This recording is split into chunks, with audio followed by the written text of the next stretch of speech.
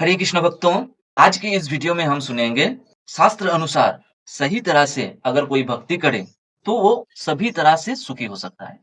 हाँ, ये सत्य है। आइए सुनते हैं। मनुष्य समझते हैं कि मेरा धर्म ये या वो, इसीलिए मुझे कृष्ण को ग्रहण करने की अधिकार नहीं है। उनकी ये छोटी समझ और अंधविश्वास ही आज इतने सारे धर्म को जन्म दे चुके हैं। हजारों वर्ष पहले सिर्फ एक ही धर्म हुआ करते थे और वो थे मानव धर्म। और ये परम सत्य है कि परम तत्व मतलब एक ही है।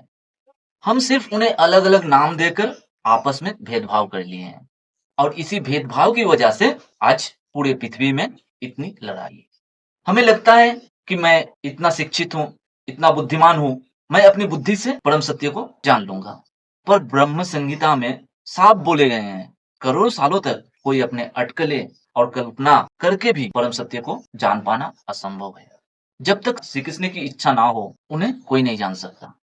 उनकी कृपा प्राप्त करना और उनकी शरण में जाने का ही नाम है भक्ति योग। पर ज्यादातर मनुष्य धर्म कम करते भी है तो सिर्फ भौतिक उन्नति की कामना से, क्योंकि उनके सभी रिश्तेदारों ने उनके ऊपर ये ज्ञान ठोस दिए हैं कि भौतिक उन्नति ही जीवन की परम लक्ष्य है। और ये भौतिक उन्नति कौन कौन सी है? एक ब्यूटीफुल रमणी से विवाह करनी है, उत्पन्न बच्चे की बहुत अच्छे से पालन पोषण करनी है, बस जीवन भर इस तरह से जिंदगी की गाड़ी चलती रहे एक ही ट्रैक। बट जीवन के अंतिम पड़ाव पे आकर जिस यौन सुखभोग के कारण एक विपरीत लिंग की जरूरत थी, शरीर के अंतिम स्पर्म निकल जाने के बाद भी महसूस होने लगे कि इसमें कोई सुख नहीं। खुद गधे की तरह मेहनत करके जिस बच्चों को अच्छे से अच्छे परवरिश दिए, आज उसी बच्चों से सबसे ज्यादा दुख और कष्ट मिलते हैं। नतीजा, आज रात को दवा के बगैर नींद नहीं आती। इन सब अर्थहीन कार्य गतिविधि हमें कभी सुखी नहीं कर सकते हैं। कारण हमारी असली परिचय है, मैं एक आत्मा हूँ। ये बाहरी देह हमें कुछ दिन के लिए उधारी में दिए गए हैं। समय खत्म होने पर हमारे ना चाहने पर भी जबरदस्ती छीन लिए जाएंगे। हमारा असली निवास है भगवान के श्री गोलोक धाम। इस जगत में सुख खोजने की चेष्टा समुद्र में बुलबुले की साथ ही तुलना की जा सकती है, जो कुछ ही पल के लिए स्थायी होते हैं। शास्त्र में इस जगत को भवसागर कहे गए हैं। कोई बहुत अच्छे तैराकू हो सकते हैं, पर अगर उसे बीच समुद्र में फेंक दिया जाए, कुछ समय तक तो वो तैर लेंगे, पर एक समय थक ही जाएंगे। शास्त्र में जगत को दुःखालयम भी बोले गए हैं।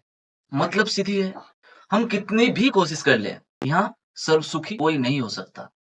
हर किसी के दुख के कारण और टेंशन के कारण अलग अलग। यहाँ हर कोई दुखी है। जैसे एक तोता अपने झुंड के साथ चरचराहट खेल कूद कर अपनी टूटी फूटी घोंसले में रहकर भी सुखी जीवन जीते हैं।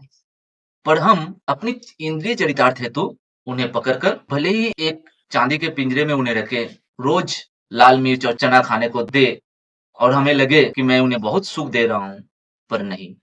हर आत्मा अपनी अपनी जगत में ही वास्तव सुखी होते हैं। इसीलिए किसी पशु पक्षी को बंदी बना रखना शास्त्र अनुसार ये अवश्य ही पाप है और बंदी जनों को मुक्त कर देना अवश्य ही सत्कर्म होगी। इसी तरह माया ने भी हम जैसे आत्माओं को सांसारिक लोभ और लालसा में बांध रखे हैं और भक्त और वैष्णव जन बार बार आके हमें सचेतन किए जा रहे हैं, बंधन को तोड़ो, मुक्त होने की कोशिश करो मित्रों। मनुष्य इस संसार के नशे में चूर हो गए हैं। वो हर एक फील्ड में, हर माहौल में खुद को बस एडजस्ट किए जा रहे हैं, बदलते जा रहे हैं, कारण नकली सुखी होने की चेष्टा। पर उन्हें ये समझ नहीं है कि सही तरीके से शास्त्र या धर्मानुसार भक्ति मार्ग में रहकर अगर कोई जीवन व्यतीत करे तो भौतिक उन्नति खुद ब खुद होती रहती है। भक्ति करने का एक सिंपल लॉजिक होता है, संसार का सभी कर्तव्य का पालन करते रहो, पर किसी पे मोह या आसक्ति ना रखो। आसक्ति रखनी है सिर्फ एकमात्र गुरु और श्री कृष्ण पर। बस उधर कर्तव्य का पालन करो, इधर भक्ति करो, पैरेलली।